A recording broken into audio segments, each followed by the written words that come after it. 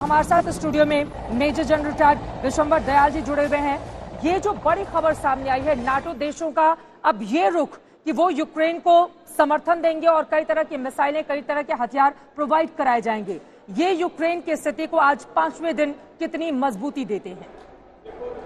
जो countries promise कर रहे थे वो एक सिंबॉलिक था और वो एक मैसेजिंग थी कि हम हथियार दे रहे हैं। वहां से हथियार आने में वक्त लगता, क्योंकि किसी भी देश को हथियार बना के पैक करके भेजने में वक्त लगता है। लेकिन जो अगर नाटो सेक्रेटरी जनरल इस किस्म की अगर कोई स्टेटमेंट देते हैं, इसका मतलब जो नाटो के रिजर्व्स हैं, नाटो के डिपोज हैं, उनमें से इमीडिएटली ऑपरेशनल हथियार दिए जा सकते हैं। हाँ, एंटी टैंक मतलब उनके पास जो shoulder fired anti tank weapon systems हैं, जैसे 84mm जो साब जो स्वीडन का बनाते हैं, जैसे जो मिसाइल है जेवलिन, ऐसी अगर हथियार दे रहे हैं, एयर डिफेंस मिसाइल भी, एयर डिफेंस मिसाइल स्टिंगर दे रहे हैं। अगर इग्ला 1M कहीं और बनती हो, मिलती हो कहीं से ली जाके नाटो देश के, ये मिसाइल सिस्टम्स हैं जो कि इस टाइम पर बहुत काम आ सकते हैं यूक्रेनियन फोर्सेस के। लेकिन एक बात ध्यान में रखनी पड़ेगी कि अंदर जाएंगे कैसे। जो साउथ के रूट है, सी रूट है, वो बिल्कुल ब्लॉक्ड है। एयर स्पेस से रशिया जाने नहीं देगा। नॉर्थ में बेलोरसिया और रशिया से जा नहीं सकता।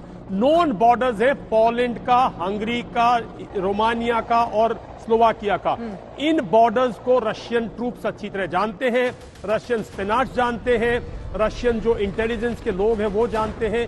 इन पर कहीं ना कहीं, और बेलोरसियन बॉर्डर से बहुत, बॉर्डर के साथ साथ ये है, इनसे अंदर आना अपने आप में एक बहुत बड़ी चुनौती है और वक्त लगेगा। और कुछ वेपन सिस्टम इनमें से यूज करने में, अगर पुरानी फोर्सेस हैं जिन्होंने यूज किया दूसरी बात है, वरना इन चीजों को करने में टाइम लगता है। अभी टाइम लग जाएगा, लेकिन यकीनन नाटो देशों की ओर से अगर ये बड़ा फैसला लिया गया है, खुद प्रेसिडेंट की ओर से बातचीत की गई है, तो अपने आप में कम से कम यहाँ पर यूक्रेन की ताकत और ज्यादा बढ़ती हुई दिखाई दे रही है। ऐसे में रूस के सामने अब विकल्प क्या है? बातचीत लगातार जारी है, लेकिन रूसी सेना और उसके राष्ट्रपति भी मानने के लिए तैयार नहीं है। इन सबके बीच आज 5वां दिन है। सीधे गौरव का रुख कर लेते हैं। गौरव, बड़ी खबर सामने आई है, यूक्रेन को नाटो दे रहा है एंटी टैंक हथियार। गौरव के पास में चलूंगी, लेकिन उसके पहले एक बात की और आशंका जताई जा रही है। अब बातचीत तो चल रही है, लेकिन इसके साथ ही साथ पैरेलली ये भी सवाल पूछे जा रहे हैं कि प्रथम और द्वितीय विश्व युद्ध जो सबने देखा है अपनी आंखों के सामने, क्या कहीं ऐसा तो नहीं कि तृतीय विश्व युद्ध की आहट इस वक्त महसूस की जा रही है?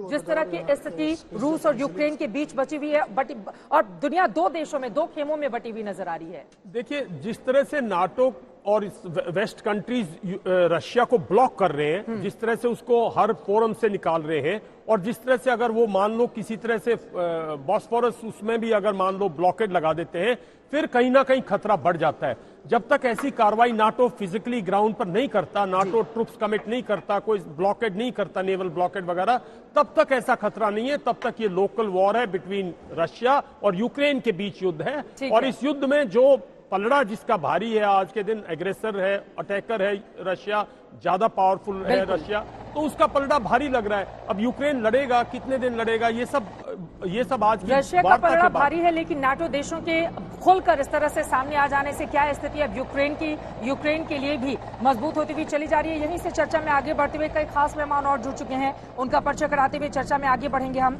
लेफ्टिनेंट जनरल शंकर प्रसाद जी हमारे साथ इस वक्त जुड़ चुके हैं। आप फॉर्मर डीजी हैं इन्फेंट्री इंडियन आर्मी के। हमारे साथ सुशांत सरीन साहब जुड़े हुए हैं, आप स्ट्रैटेजिक अफेयर्स एक्सपर्ट भी हैं, और इसके साथ ही हमारे साथ कर्नल रिटायर्ड दिनेश नैन जी भी जुड़ चुके हैं। लेकिन सबसे पहले शंकर प्रसाद जी, आपका रुख करते हुए, इस समय रूस यूक्रेन के बीच बातचीत जारी है, कम से कम पहली बार ही सही, लेकिन दोनों देश आमने सामने बैठकर शांति की दिशा में आगे बढ़ने के लिए बातचीत तो कर रहे हैं, ये एक उम्मीद देता हुआ। लेकिन क्या इस बातचीत के जरिए तत्काल किसी भी तरह के नतीजे की उम्मीद की जाए? जी, आपने सवाल बड़ा अच्छा पूछा। पहले तो मैं ये बता दूं आपको कि जितनी खबरें हमारे पास आ रही हैं, एज मिलिट्री एनालिस्ट या मिलिट्री स्ट्रैटेजिस्ट जो भी कहिए आप, वो मीडिया के थ्रू आ रही हैं। आजकल के ज़माने में media is also a weapon. क्या चीज़ पब्लिक को बताई जाए, क्या चीज़ पब्लिक को न बताई जाए, किस तरह से पब्लिक को मोटिवेट किया जाए, किस तरह से न्यूज़ को फैलाया जाए, पहली बात तो ये है। तो हमें तो इन्फॉर्मेशन सिर्फ मीडिया के जरिए आ रही है, ना रशिया की तरफ से कोई बयान जारी हुए हैं और ना यूक्रेन की तरफ से जो हो रहे हैं वो तो मोटिवेटेड हो ही रहे हैं। बिल्कुल। दूसरी बात, कोई मिलिट्री ऑपरेशन नहीं करेगा, कोई प्रोफेशनल आर्मी ऐसा काम नहीं करेगी जब तक कि उसने टैक्टिकल प्लान्स को लॉजिस्टिक प्लान्स के संग नहीं मिलाया हो। ये समझ लेना कि किसी ने टैक्टिकल प्लान बनाया है और उसको लॉजिस्टिक सपोर्ट की सहायता नहीं दी गई है, ये बिल्कुल गलत होगा।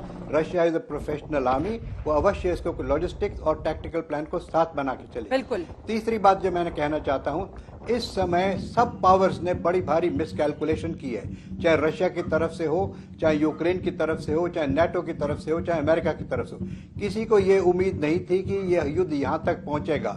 किसी को ये उम्मीद नहीं थी कि यूक्रेनियन फोर्सेस रशियन फोर्सेस को इतना होल्ड बैक करेंगी। अब बात आ गई कि आज की बात का क्या नतीजा निकलेगा।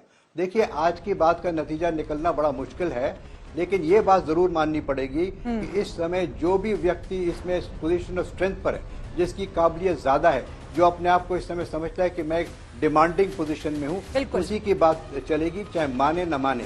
अब इस समय रशिया 5 दिन से अग्रेसर बना हुआ है, 5 दिन से वो चारों तरफ घुस चुका है, तो रशिया की ऑब्वियसली पोजीशन इस समय स्ट्रांग है।